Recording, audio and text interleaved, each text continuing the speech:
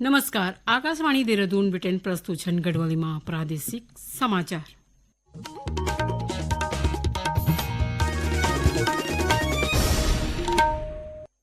पहली मुख्य समाचार. गृहमंत्री अमित शाह ने संविधान 130वें संशोधन विधेयक का विरोध करने को विपक्षी दलों को आलोचना कर भारतीय वायुसेना 44 और गोचर हवाई पट्टियों का संचालन करेली. पिथौरागढ़ हवाई अड्डा विस्तार पर 450 करोड़ रुपया खर्चवाल. प्रदेश में कार्बन क्रेडिट को पर्यावरण विभाग नोडल विभाग के रूप में कार्य करल और आलू बीज उत्पादन में आत्मनिर्भर बनल चंपावत. स्थानीय किसानों तक सीधू मिलल लाभ. गढ़वाली में प्रादेशिक समाचार में ममता बड़ोला. अब समाचार विस्तार से.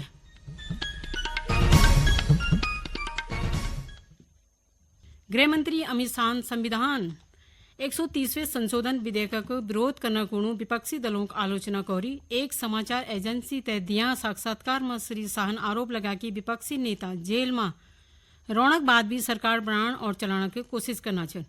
ऊनवाल की प्रधानमंत्री नरेंद्र मोदी ने ही ये विधेयक तहत प्रधानमंत्री पद तय लहान पर जोर दे छे.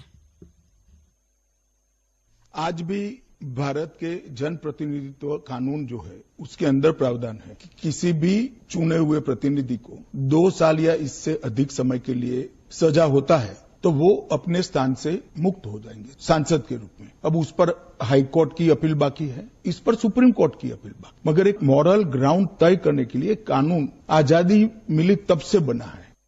श्री शाह ने पूर्व उपराष्ट्रपति जगदीप धनखड़ के इस्तीफा पर विपक्ष के सवालों पर बोल के विपक्ष तय ये मुद्दत तय ज्यादा नहीं बढ़ाना चाहिए. इसमें बात का बतंकर नहीं बनाना चाहिए. धनखड़ जी संवैधानिक पद पर बैठे, अपने कार्यकाल में उन्होंने संविधान के हिसाब से अच्छा काम किया. इनकी निजी स्वास्थ्य की समस्या के कारण इन्होंने इस्तीफा दिया. इसको ज्यादा खींचकर कुछ ढूंढने का प्रयास नहीं करना चाहिए. प्रदेश सरकार राज्य के सीमांत जिलों में हवाई सेवाओं को विस्तार पर विशेष जोर देनी चाहिए. ये से स्थानीय निवासियों दगड़ ही सामरिक जरूरतों तय भी पूर्ण करे सके. यही क्रम राज्य सरकार उत्तरकाशी को 44 और चमोली को गोचर स्थित हवाई पट्टियों संचालन भारतीय वायुसेना को हवाला करने पर सैद्धांतिक समिति प्रदान कर. यानी प्रदेश सरकार पिथौरागढ़ हवाई अड्डे पर बढ़ती हवाई सेवाओं तय दिख दे एक संचालन भारतीय विमानपत्तन प्राधिकरण जरिया कन पर सैद्धांतिक तौर पर सहमति हो गया है. यहाँ को राज्य सरकार और प्राधिकरण के बीच समझौता पर सहमति बन गया. सरकार पिथौरागढ़ हवाई अड्डा विस्तार भी करनी चाहिए, जय पर करीब 450 करोड़ रुपया खर्चवाल. एक अलावा सरकार गूंजी से आदि कैलाश क्षेत्र में हवाई सेवा शुरू करने के वास्ते 1 किलोमीटर लंबी हवाई पट्टी बनाने की तैयारी करनी चाहिए. ये हवाई पट्टी निर्माण में भी वायुसेना द्वारा तकनीकी सहयोग प्रदान करे जाए. मुख्यमंत्री पुष्कर सिंह धामीवाल की सीमांत प्रदेश में हवाई नेटवर्क का विस्तार जरूरी है. ये से स्थानीय निवासियों दगड़ ही सामरिक जरूरतों की भी पूर्ति संभव है. यहाँ को वायुसेना को भी सहयोग लिए जाए. ऊनवाल की पिथौरागढ़ हवाई अड्डों को शीघ्र विस्तार करे जाए. चमोली जिला का आपदा प्रभावित थराली में सभी मूलभूत व्यवस्थाओं तय बहाल करना को युद्ध स्तर पर कार्य करे जाना चाहिए. जिला प्रशासन प्रभावित क्षेत्र पर लगातार निगरानी बने आना चाहिए. कैबिनेट मंत्री डॉक्टर धन सिंह रावत और गढ़वाल सांसद अनिल बड़ोली ने आज आपदा प्रभावित क्षेत्र का दौरा कर उन कुलसारी में आपदा राहत शिविर का निरीक्षण कर प्रभावितों से मुलाकात कर और उन्हें हर संभव सहायता देने का आश्वासन दिया.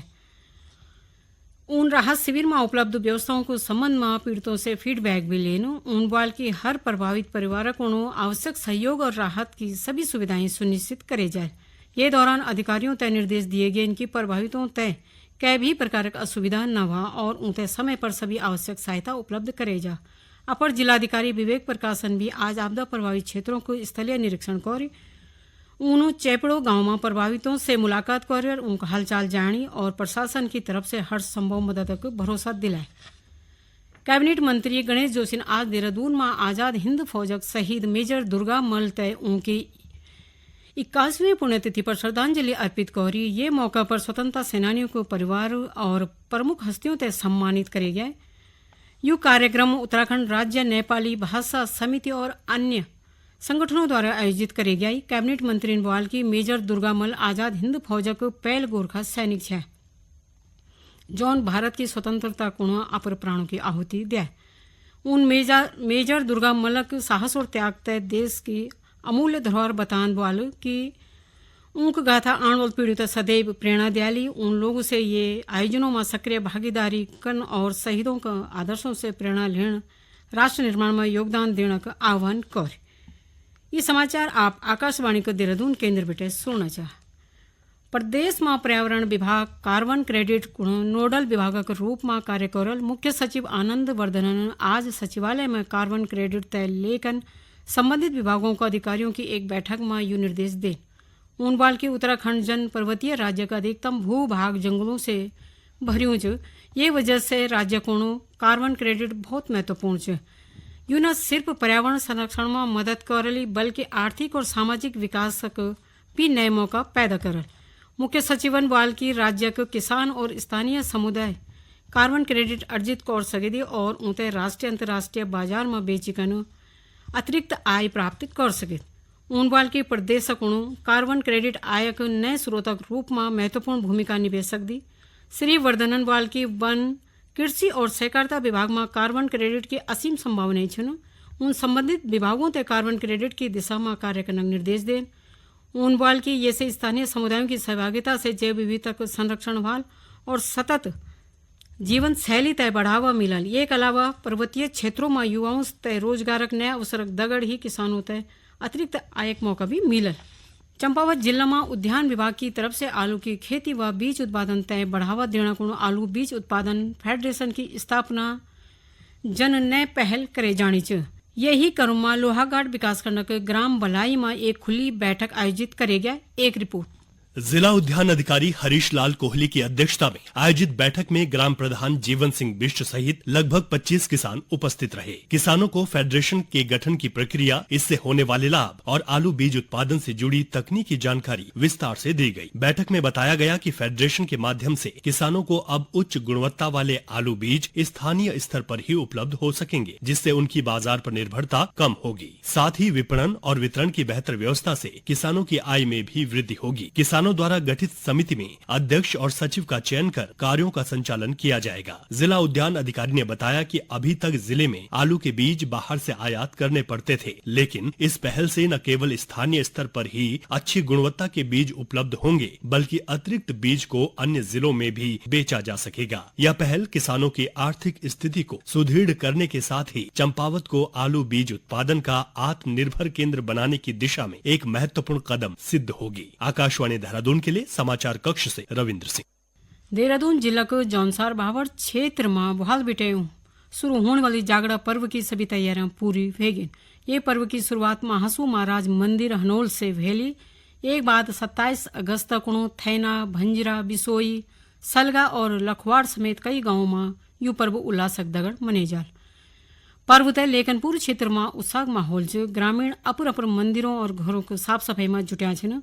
स्थानीय निवासियों को बुलोण च कि यू पर्व सिर्फ धार्मिक आयोजन ही न बल्कि सामाजिक एकता और भाईचारा का प्रतीक भी। पर्यटन मंत्री सतपाल महाराजन बाल की जागड़ा पर्व में आने वाले श्रद्धालुओं को सभी मूलभूत सुविधाओं की व्यवस्था करेगी। 26 अगस्त को हनोल में जागड़ा पर्व जो है मनाया जाएगा। 27 अगस्त को चालदा महाराज दसऊ में बहुत भव्य कार्यक्रम होगा। डिस्ट्रिक्ट मजिस्ट्रेट को और एसएसपी महोदय को निर्देश दे दिए गए हैं कि वो यातायात में नियंत्रण रखें और मैंने डिस्ट्रिक्ट मजिस्ट्रेट से कहा है कि वहाँ स्वास्थ्य सुविधाएं होनी चाहिए, शौचालय की सुविधा होनी चाहिए और सभी के लिए वहाँ पर जो है पेयजल की व्यवस्था होनी चाहिए, ताकि सभी श्रद्धालुओं को वहाँ पर लाभ प्राप्त हो और सभी वहाँ महाराज का जागड़ा बना करके अपने आप को धन्य करें। आखिर में मुख्य समाचार एक बार फिर। गृह मंत्री अमित शाह ने संविधान के 130वें संशोधन विधेयक को विरोध करने वाले विपक्षी दलों की आलोचना कर भारतीय वायुसेना चिन्यालीसौड़ और गौचर हवाई पट्टी को संचालन कर पिथौरागढ़ हवाई अड्डा के विस्तार पर 450 करोड़ रुपया खर्च हुआ। प्रदेश में कार्बन क्रेडिट को पर्यावरण विभाग नोडल विभाग के रूप में कार्य करल और आलू बीज उत्पादन में आत्मनिर्भर बनल चंपावत। स्थानीय किसानों तय सीधा लाभ मिलल। ये की दगड़ गढ़वाली में प्रादेशिक समाचारों को यू बुलेटिन समाप्त हो। नमस्कार।